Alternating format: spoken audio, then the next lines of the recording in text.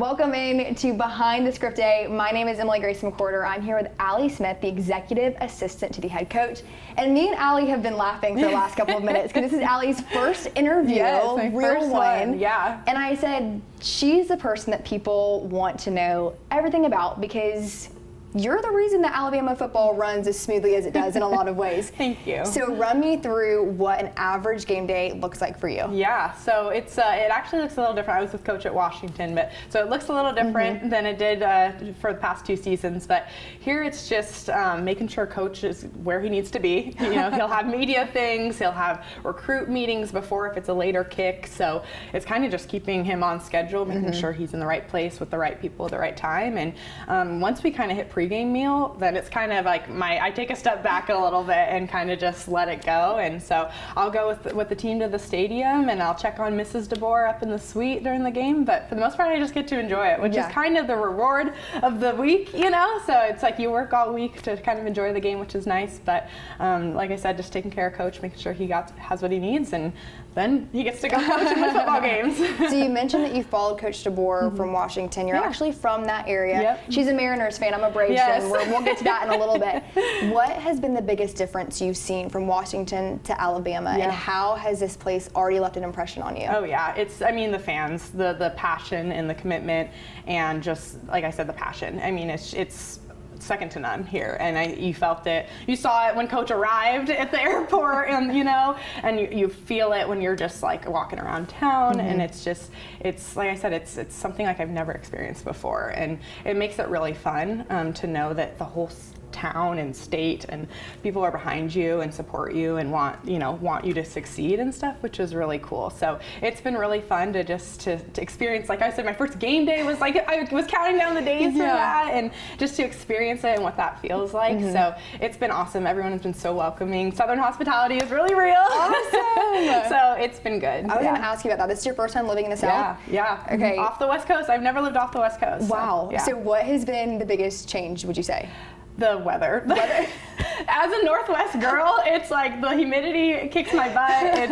It's been a struggle, but other than that, it's been good. Great. Southern hospitality. Yeah. Yes. What was that conversation like when Coach DeBoer said, "Allie, I want you to come with me to Tuscaloosa"? Yeah, it's actually kind of funny. Like when the news broke and it's all on social, we had just, a couple days before we're in the national championship. And so we were, it was kind of, I don't think I was in office that day even.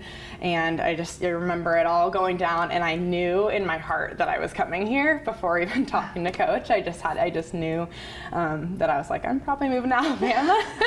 And then that day when it all happened, before he came down to Tuscaloosa, he pulled me aside and he's like, I want you to come with me. And he's like, I've already talked to them about you, and we'll work logistics out here in the next couple weeks. But it took a few weeks to get down here, but I couldn't be happier. What is it like working for Coach DeBoer? What is he like in the settings that you see him in, and what is something that the fans just may not know about him now? What are we, almost a month into the season? Yeah, honestly, I feel that people can get a good gist of who he is, from brief interactions on social media, in media interviews.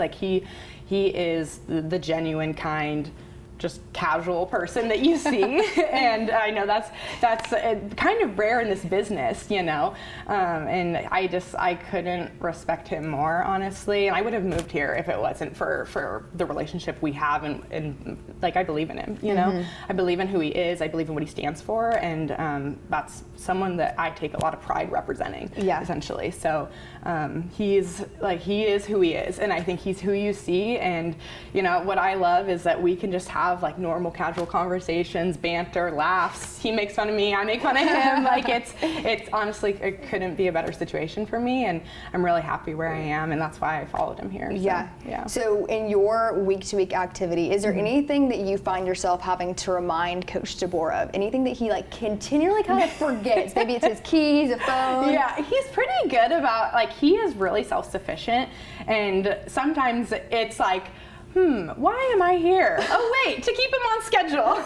Like that is my life, is keeping him on schedule. So he like I said, he's really self-sufficient in a lot of ways, but it's reminding him, hey, in 10 minutes you got to be here, and hey, in 5 minutes you have this, and make sure you have this phone number to call this person. And it's all the little details that you like try and get ahead of. And sometimes, you know, things happen, you got to pivot and stuff, which is a lot of this business anyways, but I'm just learning to adjust. But yeah, he's awesome. He's really good at keeping himself like organized, but for the most part, it's keeping him on schedule and keeping things moving. So you mentioned, you know, this business, a lot of it's having to pivot, and a lot of them sure is learning by experience. Oh yeah. For young athletes, young girls, guys who want to get into this business and do a role like yours, what would your best piece of advice be to them? Yeah, I think like take all the chances you can. Like there were so many interviews I went through before getting this job that I didn't get, you know, and I look back and I'm like, I'm so glad I didn't get those jobs because it led me to here. And I think just like take the interviews, get the experience, meet the people. And honestly, I'm where I am today because of the people that I met like at Washington, because I worked in the athletic department for 2.5 years before I moved over to football. And I like credit a lot of those people that helped like vouch for me and be like, hey, Allie's really good at XYZ, or she would be a great fit for this. And so it's all about the relationships. It really is. And I'm so grateful for everyone that I've worked with. And I think it's just being genuine and being who you are, you know. And I think because I was able to be myself, build those genuine relationships for those 2.5 years at Washington, that then I was able to move to football pretty easily, you know, and I had the connections to work off of, and it was just it was basically a seamless transition for me. So you're a coach's kid. I am. And you're a college athlete. Now, I need your help with this story. I read that your dad coached against Kalen DeBoer's team when he was a senior at Sioux Falls. 1996. Okay. Do you and your dad ever talk about the craziness that you're now working for a player that he saw on the opposing sideline? Yes, and we like to say that coach has repaid that debt by giving me this job, because they kicked their butt pretty good in the national championship. So, and it was funny, my dad was here actually for the Western Kentucky game. Coach has like the football up, and so my dad took a photo and stuff. But he's like, that's the one game that he won't get back, unfortunately. But like I said, he's kind of paid it forward a little bit. But yeah. On to a few fun questions. So you ran track. Yep. What player on the team do you think that you could compete with, you could hang with in a foot race on the practice field if we were to go out there this afternoon? Okay, well, not to... I feel a little guilty saying this, but sorry, the O-line, like, I'll kick your butt. All you guys, I got you in a sprint. Okay, I want to see that on tape. We're going to get that done. Mariners fan. Yes. Before I let you go, who is your favorite player on the Mariners? And if you weren't doing football operations, what sport would you want to be involved in? Julio Rodriguez is probably an easy answer for a lot of people who know the Mariners. It's been a tough go for us lately. It's still a tough go right in this moment. But Julio's the future of the Mariners, so I'm excited for that. But and then if I was not doing this, it's hard to even picture what my life would be like. Like I said, I grew up I grew up a coach's kid.